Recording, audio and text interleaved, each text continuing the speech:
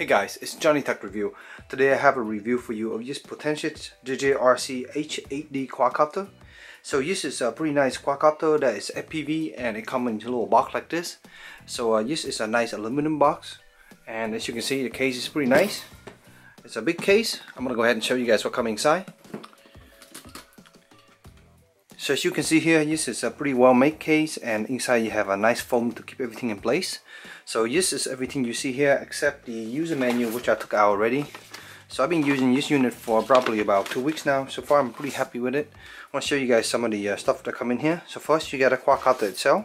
So the quadcopter comes with a built-in camera. This is the FPV camera, and then this camera has a transmitter, and this transmits to the screen right now. And then inside you have a battery that's already installed, and it comes with this leg that you have to install, which are already screwed in place. But you can put this whole thing in now. You have some blade guards over here, which I did not use. You also have this little charger here. This charger is for the FPV screen. So this is the FPV screen. You can open it up like this and flip out, and this is a small, like 4-inch screen or so. And this screen here has this antenna, which you cannot screw on. You have to take it off when you want to store it. So I usually just take it off and leave it down. But this is the screen, and it has a built-in battery. So with the screen on the side here, you have the on-off switch that you can turn on, and then at the bottom you have power to charge it using that little special cable. That's basically about it here. So here we have some accessories. This is an additional setup blade along with a screwdriver for you to mount. Here is the remote control for it. Come out like that. The antenna just fall out like that. They also give you an extra set of motor here. You got 2 of them. So here is the little charger. So this little charger here is like an Asian plug. It comes with a little special adapter here to just turn it into your regular US outlet. And then you have here 4 outputs, so you can split the charging up to a 4 little device. And here are the batteries. So beside the one in the quadcopter, you also have these other 2, so they give you 3 total. So this battery, as you can see here, 7.4 volt with 500 milliamp. Each of these batteries will last about 8 to 9 minutes. It's a pretty good runtime on this guy, and so I'm pretty happy with it. And it takes roughly about 2 hours to charge everything. So when you plug into that little charger there, it takes about 2 hours to charge all 3 batteries simultaneously, which is quite nice. So guys, here we have 3 instruction manual. One is for the quadcopter, pretty detailed instruction showing you how to use the unit. This is actually not the right one on this side here. It actually is the right one with all the information. And then here you have a transmitter, explain to you how to use the control here, all the button functionality, everything is right here. And then finally, this is the FPV screen that is come with. This is a 5.8 GHz frequency FPV screen, which is pretty nice. In my experience, this video transmission is about 480p, I would say at most. So let me go ahead and go through the controller really quick. It's actually a pretty simple controller. You have your up and down right here, turning left and right, which is yaw, and then you have here in roll left, roll right, pitch forward, and pitch back right here.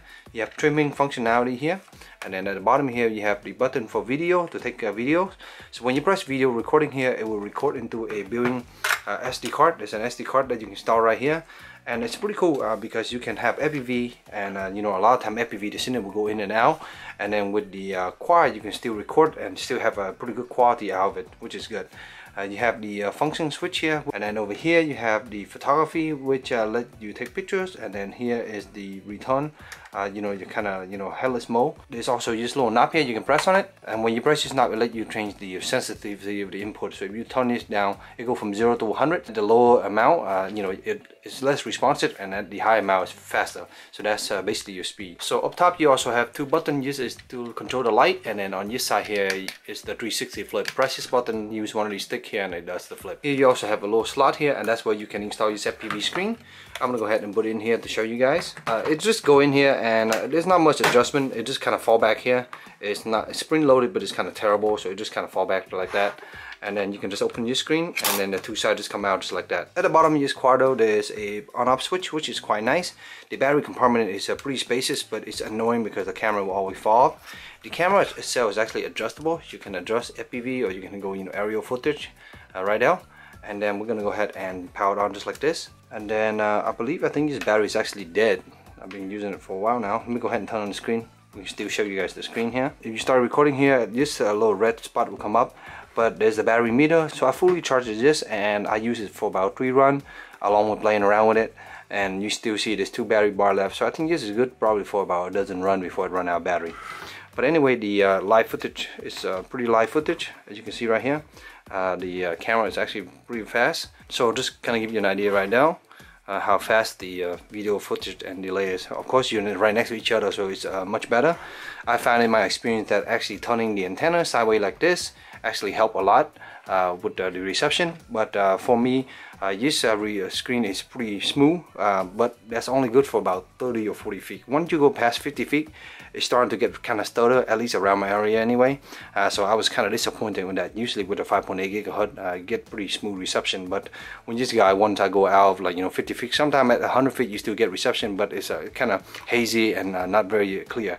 So that was slightly disappointing. So if you are trying to rely this for FPV, you're not going to go very far with it, but it's a possibility, I guess. So as far as the video it record, it's not bad.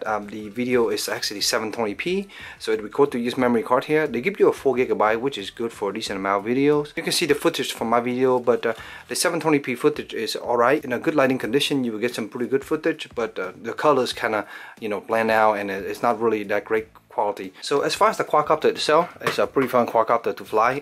This is similar to something like you know, an X5C, but to me it's slightly a bit smaller. As far as handling in the wind, it does a pretty decent job at fighting the wind.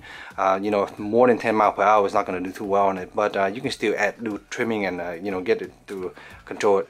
You can dial up the sensitivity to get maximum power out of this guy, and on the maximum power, this thing is very agile and there's plenty of power to it. As far as the plastic shelving, as you can see here, logo is a bit scratched up and actually crashes quite a few times. I didn't use the blade guard, but crashes into the dirt, as you can see here. A little bit dirty here. Other than that, it's still pretty durable. Pretty much everything is made out of plastic. The LEDs are kind of interesting because they're quite nice. Even during the day, it's very bright. You know, with these color LEDs, it's very easy to see your orientation, because blue here kind of indicate that you know, you're on the side, and then the white's in the front, and then the red is in the back. So just, you know, pretty easy to fly. So overall, I think the flying experience with Quadcopter is pretty good. I would say it's just kind of fun, and having the screen is kind of a bonus for you to kind of see what's going on, and if you want to get some shot, you can.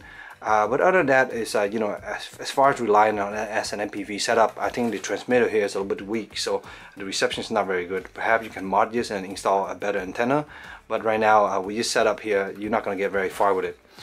Speaking of range, as far as the transmitter itself, you can go over 100-200 feet with this guy, no problem at all. I go out very far away from my house, and I was still able to get reception on the road. So at that point, it's pretty far to see, so you have to fly inside, so just gotta be careful. So guys, kind of give you an idea of how good this quadcopter is. Hopefully throughout this video, you're seeing some of the footage of me flying this, and hopefully you also see the quality of the video, kind of give you an idea. So that's pretty much it, guys. I hope it helped you in your budget decision. If you have any questions, just let me know in the comment below, and as always, stay tuned for future review. Thank you.